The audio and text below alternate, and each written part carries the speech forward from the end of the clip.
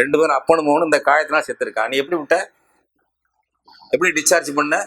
போலீஸ்காரங்க சொன்னா டிஸ்சார்ஜ் பண்ணுவீங்களா? இதான் அவங்க படிப்பு புடலங்கா படிப்பா டாக்டர் படித்தது. தண்டிக்கணும். அந்த யார் இன்சார்ஜ் டாக்டரோ யார் பார்த்தாங்களோ அவங்களுக்கு தண்டிக்கணுங்க. ஏதாவது ஒரு வகையில் தண்டிக்கணும். கன்சல்ட் பண்ணுங்க சட்ட வல்லுநர்கள் அல்ல மனித உரிமையாளர்களை.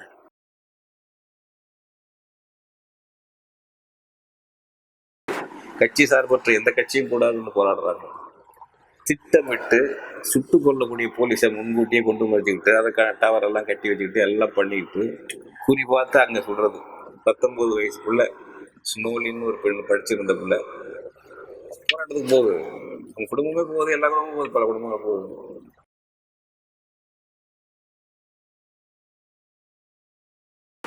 தன்னுடைய நகையை திருடிட்டான்னு ஒரு மேலாண்மைக்கு புகார் கொடுக்குது. புகார் கொடுத்து அந்த மேனாமினிக்கு நான் டெல்லிக்கு ஃபோன் பண்ணது வேண்டியவங்களுக்கு யாரும் ஒரு அதிகாரி ஆட்சியில் செல்வாக்கு உள்ளவங்கள்ட்ட, டெல்லியில் உள்ளவர்கள் சென்னையில் உள்ள ஆட்சியில் செல்வாக்கு உள்ளவங்கள்ட்ட ஃபோன் பண்ணுறாங்க 2025. உடனே நடவடிக்கை. அஜித்குமாரை கொண்டு போய் கைது பண்ணி வைக்கிறாங்க. அடின்னு அடிக்கிறாங்க காவல்துறையில். செத்து போனாங்க காவல்துறையிலேயே. காவல்துறை எவங்க நடவடிக்கை உண்டா? இப்போ என்னாச்சு? அந்த மேனாமினிக்கு கொடுத்த புகார் பொய் என்ற அந்த மேனாமினிக்கே ஒத்துக்கொண்டு திருட்டு வழக்கு தள்ளுபடி ஆயிடுச்சு.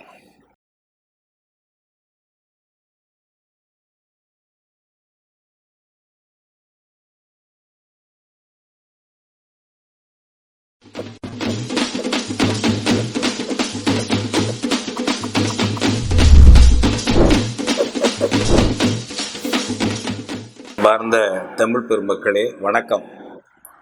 நேற்று மாலையிலிருந்து அதிர்வு அலைகளை உண்டாக்கக்கூடிய ஒரு தீர்ப்பு, அந்த தீர்ப்பு வர காரணமான நிகழ்வு இரண்டும் மனிதநேயமுள்ள மனித உரிமை மீது அக்கறை உள்ள அனைவரையும் ஆட்டி படைக்கிறது. அதாவது சாத்தான்குளத்தில் 2020ஆம் ஆண்டு கோவிட் கொள்ளை நோய் முடக்கம் செயலில் இருந்த காலத்தில் ஒரு அனுமதிக்கப்பட்ட நேரத்தை விட கூடுதலாக ஒரு நடத்தி வந்த கடையை, செல்போன் கடை என்று சொல்கிறார்கள், அந்த கடையை திறந்து வைத்திருந்தார் ஜெயராஜ் என்ற வணிகர். வேற ஒன்றும் அவர் பெரிய குற்றம் செஞ்சல்ல. அவர் அனுமதிக்கப்பட்ட நேரத்தை விட அதிக நேரம் கடையை திறந்து வைத்திருக்கிறார். கடை அடைத்திருக்கிறதா என்று காவல்துறையினர் பார்க்கும்போது திறந்திருந்திருக்கிறது. அப்பொழுது ஏதோ அவர்கள் சொல்லி ஒரு வாக்குவாதம் ஏற்பட்டதாக சொல்லுகிறார்கள். அவ்வளவுதான். அவரை காவல் நிலையத்துக்கு அழைத்து கொண்டு போய் தாக்கி இருக்கிறார்கள். கேள்விப்பட்ட மகன் காவல் நிலையத்துக்கு போயிருக்கிறார். காவல் நிலையத்திற்கு அவருடைய மகன் உள்ளே காவல் நிலையத்துக்கு போயிருக்கிறார். அவரை பெனிக்ஸ் என்பவரை, இளைஞர், அவர் 31 வயசு, அவரையும் காவல் நிலையத்திற்குள் தள்ளி 2 பேரையும் நிறுத்தி வைத்துக் கொண்டு 2 பேருடைய ஆடைகளையும் களைந்து ஒருவரை அப்பனும் அவனும் நேரடியாக பார்த்து கொள்ளும்படி 2 பேர் முகத்திலையும் காரி துப்பி செருப்பால் அடித்து என்னென்ன சித்திரவதை செய்யணுமோ அவ்வளோ செஞ்சுருக்காங்க காவல்துறை. அந்த சாத்தான்குளம் காவல்துறை, அவருடைய ஆய்வாளர் ஸ்ரீதர், அப்புறம் அந்த மாதிரி கொடூரத்தில் ஈடுபட்ட 3 உதவி ஆய்வாளர்கள், மற்றவர்கள் காவலர்கள், ஆக 10 பேர் செய்திருக்கிறார்கள். ஒருவர் இறந்து விட்டார்கள். இந்த 9 பேர் உயிரோடு இருக்கிறார்கள். இவர்கள் பண்ணிய துன்பங்கள், சித்திரவதைகள், மனித உரிமை மீறல்கள், சட்டவிரோத செயல்கள், கொடூரங்கள் அனைத்தும் அம்பலமாகிவிட்டன. அதுக்கு தகுந்தாற்போல் வழக்கு நடத்தி அதற்கு நீதி கிடைப்பதற்கான ஒரு சூழ்நிலை ஏற்பட்டுவிட்டது. மதுரை உயர்நீதிமன்றம் தலையிட்டு அந்த வழக்கை தனது நேரடி கண்காணிப்பில் எடுத்துக்கொண்டது. விசாரணை இந்திய அரசினுடைய காவல்துறை சிபிஐக்கு போய்விட்டது. அந்த மதுரை உயர்நீதிமன்றம் தனது கண்காணிப்பில் அந்த வழக்கை நடத்தவில்லை என்றால் இங்கே நடந்த அநீதி அனைத்தும் புதைக்கப்பட்டிருக்கும் என்று இந்த வழக்கை விசாரித்து தீர்ப்பளித்திருக்கின்ற மதுரை முதல்நிலை கூடுதல் அமர்வு நீதிபதி முத்துக்குமரன் தன்னுடைய தீர்ப்பிலே குறிப்பிட்டிருக்கிறார். அவர் தீர்ப்பு குற்றவாளிகள் என்பதை மார்ச் 23 வாக்கிலே முடிவுக்கு வந்து விட்டார், அறிவித்து விட்டார். குற்றவாளிகள் 9 பேர் குற்றவாளிகள் என்று. என்ன தண்டனை என்பதை பிறகு வழங்குகிறேன் என்று சொல்லி தேதி ஒத்தி வைத்து கடைசியில் 6/4/2026 அன்று தீர்ப்பு வழங்கியிருக்கிறார் மாலையில். அவர் சொல்லுகிறார், இதை புதைத்திருப்பார்கள். மதுரை உயர்நீதிமன்ற கிளை மட்டும் இதை கண்காணிப்பில் வைத்துக் கொள்ளாதிருந்தால் புதைத்திருப்பார்கள். அது மட்டுமல்ல, சிபிஐ விசாரிக்காமல் மாநில காவல்துறை விசாரித்திருந்தாலும் புதைத்திருக்கும். ஏனென்றால் தமிழ்நாட்டிலே ஸ்டாலின் ஆட்சியா இருந்தாலும் எடப்பாடி ஆட்சியா இருந்தாலும் ஆட்சியாளர்கள் ஆளுங்கட்சியினர் செய்கிற அட்டூழியங்களுக்கு, கொள்ளைகளுக்கு, சட்டவிரோதங்களுக்கு, மனித உரிமை பறிப்புகளுக்கு தமிழ்நாடு காவல்துறை கண்காணிப்பாக இருக்கும், பாதுகாப்பாக இருக்கும், நடவடிக்கை எடுக்காது. அதற்கு பிரதிபலனாக ஆட்சியில இருப்பவர்கள் அதிமுக இருந்தாலும் திமுக இருந்தாலும் காவல்துறை செய்யக்கூடிய மனித உரிமை பறிப்பு, படுகொலைகள், கொள்ளைகள், ஊழல்கள் எதையும் கண்டுகொள்ளாது. ஆக அரசியல் கொள்ளையர்களும் காவல்துறை கொள்ளையர்களும் சேர்ந்து நடத்தக்கூடிய ஒரு அட்டூழியங்களாக போய்விட்டது. இப்படி சொல்றதுனால காவல்துறையில் உள்ள எல்லாருமே அப்படி கொள்ளையர்கள் என்று நான் கூறவில்லை. இருக்கிறார்கள், கூடுதலாக இருக்கிறார்கள். நீதிபதி முத்துக்குமரன் சொல்கிறார் இல்லையா, இந்த வழக்கை மட்டும் சென்னை உயர்நீதிமன்றத்தின் மதுரை அமர்வு தன் கண்காணிப்பில் எடுத்துக்கொள்ளவில்லை என்றால் இந்த உண்மைகள் எல்லாம் புதைக்கப்பட்டிருக்கும். ஒவ்வொன்றையும் அவர் சொல்றாருங்க. மலத்துவாரத்தின் வழியாக குழாய இதை இரும்பு கம்பிய மர தடியெல்லாம் நுழைச்சி இழுக்கிறது. இளம் நிலை காவல்துறை போலீஸ்காரர்களுக்கு எப்படியெல்லாம் சித்திரவதை பண்ணணும் முன்மாதிரியாக என்று இவனை கட்டி தொங்க விட்டு அடிக்கிறது, எப்படி எப்படி காரி துப்புறது, எப்படி அவமானப்படுத்துறது, இதுக்கெல்லாம் பயிற்சி கொடுத்துருக்கான். இதுல சாத்தாங்குளம் காவல் நிலையத்துல பயிற்சி கொடுத்துருக்காங்க. எவ்வளவு கொடூரம் பாருங்க.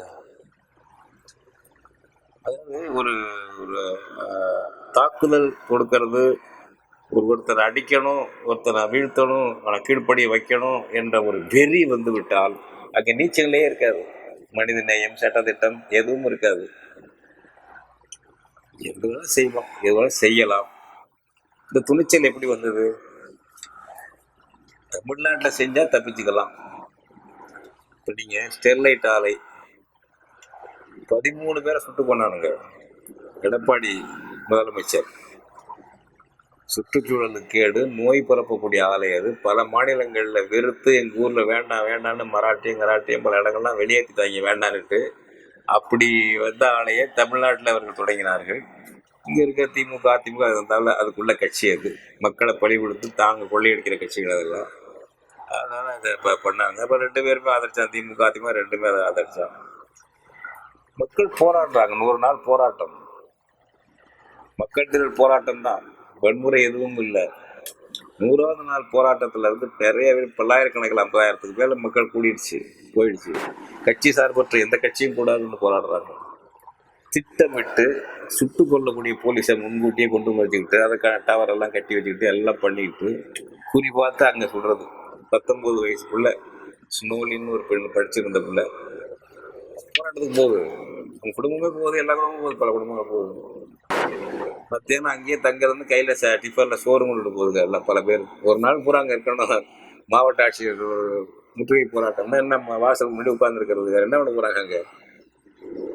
அவர்களை சுட்டு குறிப்பார்த்து அந்த பிள்ளைக்கு வாயிலே சுட்டான். நாங்கள் மறுநாள் போய் பார்த்தோம். அந்த பிள்ளை பார்க்கல, அதெல்லாம் பாடியெல்லாம் உள்ளே இருந்தது. அந்த குடும்பத்தை பார்த்து அவங்க அம்மா, அதை வளர்த்தது அவங்க பெரியம்மா, எல்லாம் கதறி கதறி அழுதுச்சு. என்ன சொன்னா தெரியுமா எடப்பாடி பழனிசாமி? எனக்கு அந்த சம்பவமே தெரியாது, தொலைக்காட்சியில தெரிஞ்சுக்கிட்டேன். அப்பாப்பா, ஸ்டாலின் எல்லாம் தோத்து போயிடுவார்ப்பா எடப்பாடிக்கிட்ட போய் கொடுக்கறதுல. கொடூரம் இல்லையா அது? தொலை காவல்துறை கையில் வச்சிருக்க எடப்பாடி பழனிசாமி இது எனக்கு தொலைக்காட்சியில் பார்த்தா தெரிஞ்சுக்கிட்டேன்னு சொல்றதுன்னா, எந்த அபாண்டத்தையும் தமிழ்நாட்டில் இருந்து தன் கட்சிக்காக ஏற்றுக்குவான். தமிழச்சி ஏற்றுக்கும். லட்சக்கணக்கான தொண்டர் இருக்காங்க, அவ்வளவு இருக்காங்க, கோடிக்கணக்கான இருக்காங்க. அந்த மக்கள் ஏற்றுக்குதான் நம்ம ஏற்றுக்கதானே இருக்கான். தமிழர்கள் தான் தங்களை சிந்திக்க வேண்டும். மனித உரிமை பலியிட்டு, மனித நாகரிகத்தை பலியிட்டு, நம்ம வாழ்க்கையவே பலியிட்டு ஒரு கட்சி தலைவனுக்காக ஒரு கட்சிக்காக நம்ம இருக்கணுமா? அந்த கட்சியில அவன் செய்த அட்டூழியங்கள் ஆதரிக்கணுமா? அது அந்த ஒரு அதுல அடுத்தது எடப்பாடியுடைய அன்பு சகோதரர் மு.க. ஸ்டாலின்.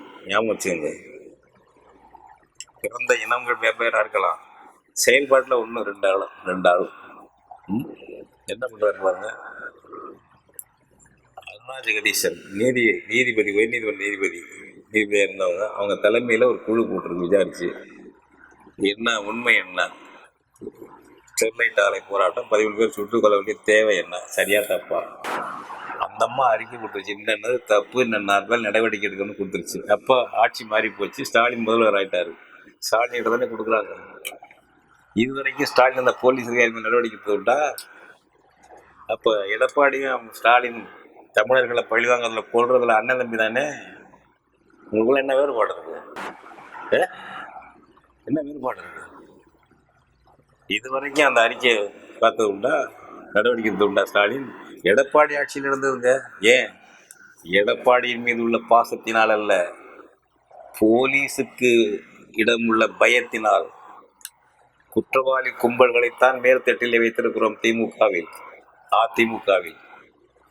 நாம் போலீஸ் ஒரு தவறு பண்ணிவிட்டது என்று நடவடிக்கை எடுத்தால் சட்டத்தை பயன்படுத்தி, நம்முடைய தலைவர்கள் எல்லாம் இருக்காங்களா, எல்லாரையும் அவன் பிடிச்சி போட்டுருவான். போலீஸ் சட்டப்படி நடப்பான். அப்புறம் அந்த சட்டப்படி போலீஸ் நடக்காம தடுப்பதற்கு என்ன செய்யணுமோ அதுதான். அவன் போலீஸ் குற்றம் செஞ்சா ஆளுங்கட்சி கண்டுகொள்ளக்கூடாது, ஆளுங்கட்சி குற்றம் செய்தால் போலீஸ் கண்டுகொள்ளக்கூடாது என்ற எழுதப்படாத உடன்படிக்கை திமுகவுக்கும் காவல்துறைக்கும், அதிமுகவுக்கும் காவல்துறைக்கும் தமிழ்நாட்டிலே செயல்பாட்டில் இருக்கிறது. அடுத்தது, இது நம்ம ஸ்டெர்லைட் சொல்றோம். நீதிபதி முத்துக்குமரன் சுட்டி காட்டுறாரு, மதுரை உயர்நீதிமன்ற அமர்வு மட்டும் தலையிடவில்லை என்றால், கண்காணிக்கவில்லை என்றால் செத்து போயிருக்கும், புதைச்சிருப்பாங்கன்னு சொல்றாரு. காரணம் சொல்றாரு. என்ன சொல்றாருங்களா? 2 நிகழ்வுகளை சொல்றாரு. ஒன்று, 2025ஆம் ஆண்டு இந்த சிவகங்கை மாவட்டத்துல மடப்புறத்துல கோயில் காவலாளி ஒரு தம்பி, அஜித்குமார் ஒரு தம்பி, அவன் படிச்ச பையன், வேலை இல்லாம அந்த கிடைச்ச வேலையை பார்த்துட்டு இருக்கான். தன்னுடைய நகையை திருடிட்டான்னு ஒரு மேனாமினிக்கு புகார் கொடுக்குது. புகார் கொடுத்து அந்த மேனாமினிக்கு நான் டெல்லிக்கு ஃபோன் பண்ணது வேண்டியவங்களுக்கு, யாரும் ஒரு அதிகாரி ஆட்சியில் செல்வாக்கு உள்ளவங்கள்ட்ட, டெல்லியில் உள்ளவர்கள் சென்னையில் உள்ள ஆட்சியில் செல்வாக்கு உள்ளவங்கள்ட்ட ஃபோன் பண்ணுறாங்க. 2025. உடனே நடவடிக்கை, அஜித்குமாரை கொண்டு போய் கைது பண்ணி வைக்கிறான். அடின்னு அடிக்கிறாங்க காவல்துறையில். செத்து போனான் காவல்துறையிலே. எவங்க நடவடிக்கை உண்டா? இப்போ என்னாச்சு? அந்த மேனாமினிக்கு கொடுத்த புகார் பொய் என்ற அந்த மேனாமினிக்கே ஒத்துக்கொண்டு திருட்டு வழக்கு தள்ளுபடி ஆயிடுச்சு. அஜித்குமார் மீது போட்ட திருட்டு வழக்கு தள்ளுபடி ஆயிடுச்சு. கொலை வழக்கு எந்த போலீஸ்ல என்ன நடவடிக்கை போறான்? ஸ்டாலின் எடப்பாடி அதுல என்ன அக்கறை இருக்கு? ஏன்னா இவர்கள் நாளைக்கு எத்தனை பேர் என்னென்னமோ பண்ணக்கூடியவர்கள், பண்ணியவர்கள், இவர்களை பாதுகாக்கணும் போலீஸ். நிரந்தர உறவு இருக்குங்க. 2023 அம்பாசமுத்திரத்துல காவல் நிலையத்துல ஏதோ ஒரு வழக்கு விசாரணை. ஒரு ஏஎஸ்பி பல்பீர் சிங்கே அவன் பேரு, ஐபிஎஸ் அதிகாரி, கொரடு வச்சு பல்ல புடுங்கிருக்காங்க. நிர்மணாச்சா இல்லையா? விசாரணைக்கு போனவங்கள பல்ல புடுங்கிருக்கான் அம்பாசமுத்திர காவல் நிலையத்தை வச்சு. ஒரு ஏஎஸ்பி பல்பீர் சிங் ஐபிஎஸ் மத்திய கேடர், அவர் டெல்லி கேடர். அவன் புரிந்தது உண்மைதான் நிரூபணம் ஆயிடுச்சு. ஸ்டாலின் ஆட்சி நடவடிக்கை எடுத்திருக்கா? நடவடிக்கை எடுத்து சொல்லி எடப்பாடி கம்பெனி போராடுதா, கோரிக்கை வைக்குதா? இந்த தேர்தல் பிரச்சாரத்தோட வரலாம். இன்னும் 2 பேரும் அந்த மாதிரி அரசு துறையை பயன்படுத்தி, காவல்துறையை பயன்படுத்தி இந்த நாட்டாமை அரசியல் நடத்தக்கூடியவர்கள், ஊழல் கொள்ளை அரசியல் நடத்தக்கூடியவர்கள், மக்களை அச்சுறுத்தி வைப்பவர்கள், சொல்றார். அவர் ரெண்டு ரெண்டு விஷயங்களை அவர் சொல்றாரு. நீதிபதி முத்துக்குமரன் சொல்றாரு, இந்த மாதிரி இது இல்லைன்னா இது மாதிரி தான் இது ஆயிடும். அது வந்து மதுரை உயர்நீதிமன்ற அமர்வுக்கு பாராட்டு சொல்லணும் அப்படின்னு சொல்லிட்டு கடைசியில இவர்களுக்கு வந்து 9 பேருக்கும் மரண தண்டனை என்பதை உறுதிப்படுத்துகிறோங்கிறார். இந்த மரண தண்டனை என்பதை பொறுத்தவரையிலும் எங்களுடைய தமிழ் தேசிய பேர் இயக்கம் மரண தண்டனையே கூடாது என்கிற கருத்துடையது. பல சந்தர்ப்பங்கள்ல பல நிலைகள்ல நாங்க அந்த மரண தண்டனை எதிர்ப்பாய்ப்போடு சேர்ந்து போராட்டங்கள் நடத்திருக்கிறோம், கோரிக்கை வச்சிருக்கிறோம். இப்ப இது என்ன வேணுங்கிறதா? உண்மையில் இதை பார்க்கும்போது இப்படி ஒரு அரிதிலும் அரிதான வழக்கில் கொடுத்ததுதான் என்ன தப்பு? ஏன்னா அவங்க ஏற்கனவே தீர்ப்புகளே இருக்கு. ரேரஸ்ட் ரேர், அதுல ரொம்ப அரிதாகதான் மரண தண்டனை கொடுக்கணுமே தவிர சாவு தண்டனை கொடுக்கணுமே தவிர சகட்டு மேனிக்கு சாவு தண்டனை கொடுக்க கூடாதுன்னு அவங்க ஏற்கனவே இருக்கு. அதை உண்மையாக கடைபிடிக்கலாம். சகட்டு மேனி கொடுக்க கூடாதுதான். பொதுவாக மரண தண்டனையே நமக்கு வந்து வேண்டாம்னு தான் நினைக்கிறோம், ரொம்ப அதிகமானதுட்டு. ஆனா இந்த கொடூரத்தை நினைக்கும் போது ஒரு ஒரு மனித உரிமை பறிப்பு கொலைகாரர்கள் இருக்காங்கல்ல, அவர்களுக்கு ஒரு அச்சமாவது வர வேண்டாமா என்ற எண்ணம் வருதுங்க. மரண தண்டனையே வேண்டாம்னு சொல்றவங்களுக்கு கூட இந்த 2 பேரையும் பண்ணிருக்காங்க பாருங்க. ஜெயக்குமாரையும் அவர் பையன் பெனிக்ஸையும் பண்ணி அடிச்ச முறை இருக்கும் பாருங்க. ஏதோ பண்ணாங்க, ஒரு இது நடந்து போச்சு விபத்து அப்படிங்கிறது இல்லைங்க. அது விடிய அடிச்சிருக்கான். சொல்றாரு நீதிபதி, அது தொடர்ச்சியான ஒரு அரை மணி நேரம் அல்லது 1 மணி நேரம் இடைவெளி விட்டுனா திரும்ப அடிக்கிறது. அந்த ரெகுலர் இன்டர்வெல். மனிதன் நாங்க அவன் காவல்துறை இருக்கட்டும், புடலங்கா இருக்கட்டும், அவன்லாம் மனுஷன். அவன்னா மனிதர்களுக்கு மரண தண்டனை கூடாதுதான். தவறி செஞ்சுட்டாங்க, ஆக்சிடென்டா நடந்துருச்சு, ஏதோ ஆத்திரம் செஞ்சுட்டாங்க, இதெல்லாம் இது மனித குலத்திலே சேர்த்து இல்லாத இந்த கும்பல். இடைவெளி விட்டு அப்படி என்னடா குற்றம் பண்ணிட்டாங்க அவங்க 2 பேரும் அப்பனும் மகனும்? இடைவெளி தாக்கத்துக்கு எந்த உண்மையை வரவழைக்கிறதுக்கு அப்படின்ட்டாங்கிறாங்க. நான் வந்து ஒரு 100 பவுன் திருட்டு போயிடுச்சு, அதை கண்டுபிடிக்கிறத கொஞ்சம் மிகையா நடந்துட்டாங்க, அது தப்புதாங்க அப்படி சொல்ல முடியாது. இல்லை, என்ன குற்றத்தை என்ன உண்மையை வரவழைக்கத்தான் நீ அடிச்சேன். போலீஸ்ல எப்படி சித்திரவதை பண்றான், உண்மையை வரவழைக்க பண்றாங்கதான் வழக்கம் நடுவுல பொதுவா. இப்ப நீ எந்த உண்மையை வரவழைக்கிறதுக்கு அவன்கிட்ட பண்ணாரு ஜெயக்குமார். இப்ப இந்த பையன் பெனிக்ஸ்கிட்ட எந்த ஜெயராஜுக்கும் எந்த அவங்கள்ட்ட உண்மை கடை ஒரு குறிப்பிட்ட நேரத்துக்கு மேல கூடுதலா மூடி இருக்கலாம், உண்மையா இருக்கலாம், அப்படியே திறந்திருக்கலாம். அப்படியே திறந்துருந்தா என்ன, அதுக்கு என்ன கூப்பிட்டு கண்டிச்சு விட்டுரு அனுப்ப, அவ்வளவுதானே. கொள்ளை நோய் காலத்துல அதை கண்டிச்சு இந்த மாதிரி பண்ணக்கூடாதுப்பா, இதெல்லாம் ஒண்ணு பண்ணினா அவங்களும் திருந்துவாங்க. அப்படியே தவறு நடந்திருந்தாலும் சொல்றேன். அவன் என்ன குற்றம் பண்ணா அவன்கிட்ட என்ன உண்மையை வரவழைக்க நீ இவ்வளவு அடிச்சதான் எனக்கு கேள்வி. அப்போ உங்களுக்கு என்னடா அர்த்தம் நினைக்கிறீங்க? காவல்துறையில என்ன நினைக்கிறீங்க நீங்க? வெள்ளையாடலாம் நினைக்கிறாடா. நம்ம பாவேந்திரா அந்த காலத்துல கொடிய மன்னர்கள்லாம் வந்து அதாவது சொல்லு மரண தண்டனை சுலபமா கொடுப்பாங்க அப்படின்பாரு. சிரமறுத்தல் மன்னருக்கு பொழுதுபோக்கு, சிரமறுத்தல் மன்னருக்கு சிறு பொழுதுபோக்கு, மக்களுக்கோ உயிரின் வாதைப்பாரு. இவங்களுக்கு பொழுதுபோக்கா இருந்திருங்க அந்த பேர்களுக்கு. இந்த ஸ்ரீதரன்ல இருந்து ஒரு 10 பேர் அடிச்சிடலாம் பாருங்க, இவங்களுக்கு பொழுதுபோக்கா இருந்திருக்கு. விடிய கண்டு முடிச்சு ரெகுலர் இன்டர்வல் விட்டு. இது ஒண்ணு.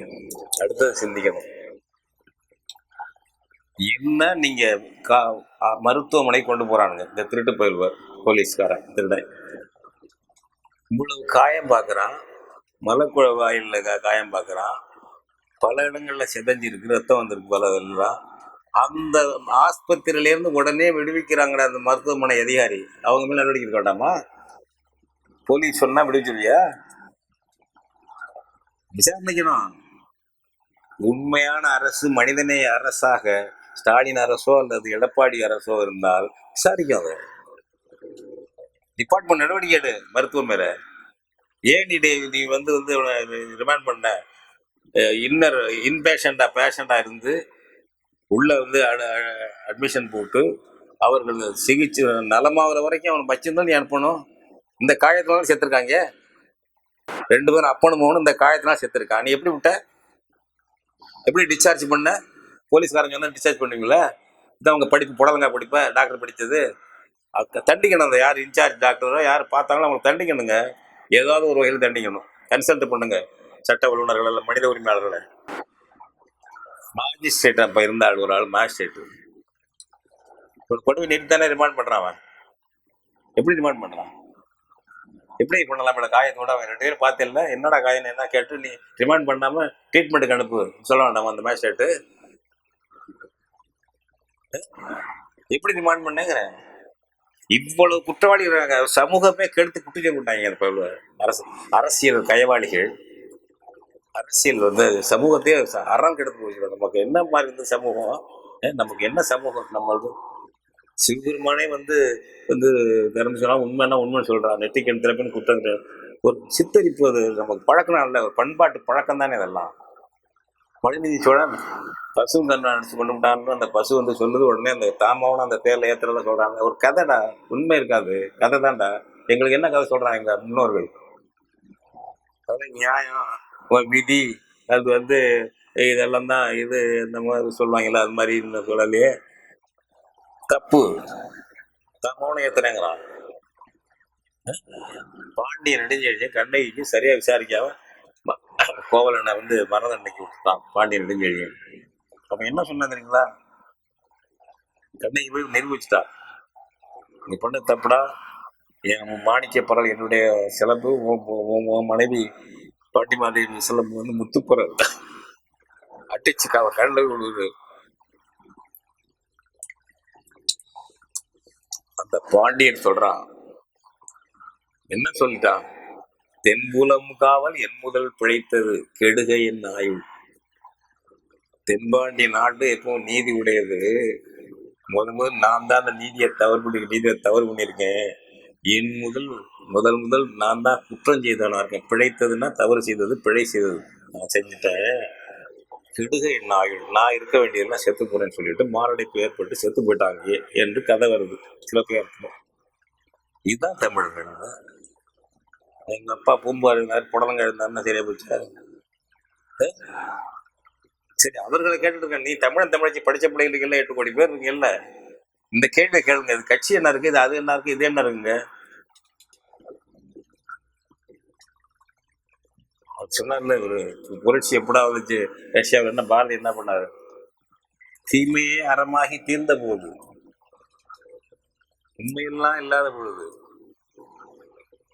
ஆசாரம் எழுந்தது பாருங்க புரட்சி தான். தீமையே அறமாகி தீர்ந்த போது எல்லாம் கெட்ட போகுது. அந்த மாதிரி இன்னைக்கு தமிழ் சமூகம் இருக்கு, கொடுமையா இருக்கு. எனவே இதிலிருந்து நம்ம நம்ம பாடம் என்ன கத்துக்கணும், நம்ம சமூகத்தை எப்படி திருத்தணும் என்ற உண்மைகளையும் எடுத்துக்கொள்ளுங்கள். இந்த தண்டனை மரண தண்டனை 8 பேர் 9 பேர் கொடுத்தது சரிதான் என்று ஏற்றுக்கொள்ளணும். வேற வழியில் ஒரு அதிர்ச்சி வைத்தியது, வேற வழி கிடையாது. இது இன்னும் எவ்வளவு நடந்துகிட்டு இருக்கு. இதெல்லாம் என்னன்னு கேட்கணும். 13 பேர் சுட்டு கொண்டது என்னாச்சு? அஜித்குமார் என்ன பண்ணிருக்கிற? ஒவ்வொன்னு கேட்கணும். ஒவ்வொன்றும் ஸ்டாலின் அது என்ன பண்ணிருக்கா, எடப்பாடி என்ன பண்ணீங்க, தேர்தலில் பேசுனீங்களா, இதுக்கெல்லாம் பதில் சொல்லுங்க. தேர்தலில் இதுக்கெல்லாம் மாற்றாகவும் நம்ம சிந்திக்கணும். மாதிரி ஒரு கொடிய நிகழ்வு மீண்டும் அதை நினைக்கக்கூடிய ஒரு தீர்ப்பு வந்திருக்கு. தீர்ப்பு ஒரு நல்ல தீர்ப்பு தான். ஆனா அந்த நினைவுகள் நம்ம போட்டு ஒழுக்குகிறது. சிந்தியுங்கள். வணக்கம். இவ்வாறான பல செய்திகளை, பல சிக்கல்களுக்கு விடை கிடைக்கக்கூடிய செய்திகளை தமிழர் கண்ணோட்டம் வலைவழியில் வெளிப்படுத்தி வருகிறோம். இது தற்சார்பாக செயல்படுவதற்கு நிதி தேவைப்படுகிறது. இந்த நிதியை நம்முடைய மக்களாகிய நீங்கள் தான், இளையோரும் பெரியோரும் நண்பர்களும் தோழர்களும் சான்றோரும், நீங்கள் உங்களால் இயன்ற அளவு என்ன இயலுமோ அந்த நிதியை வழங்குமாறு அன்போடும் உரிமையோடும் கேட்டுக்கொள்கிறேன். உங்களுக்கு நன்றி உணர்வோடும் பொறுப்புணர்வோடும் தமிழர் கண்ணோட்டம் செயல்படும் என்பதை உறுதி தெரிவித்துக் கொள்கிறேன். நன்றி, வணக்கம்.